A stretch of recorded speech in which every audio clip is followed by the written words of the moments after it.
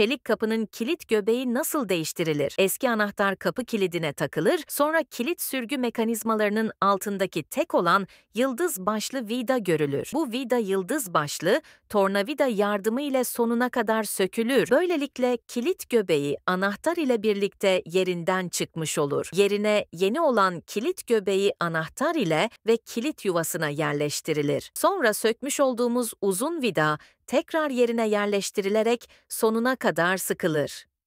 Ve son olarak anahtar ile sürgü mekanizmasının çalışıp çalışmadığı kontrol edilir ve işlem tamamlanmış olur.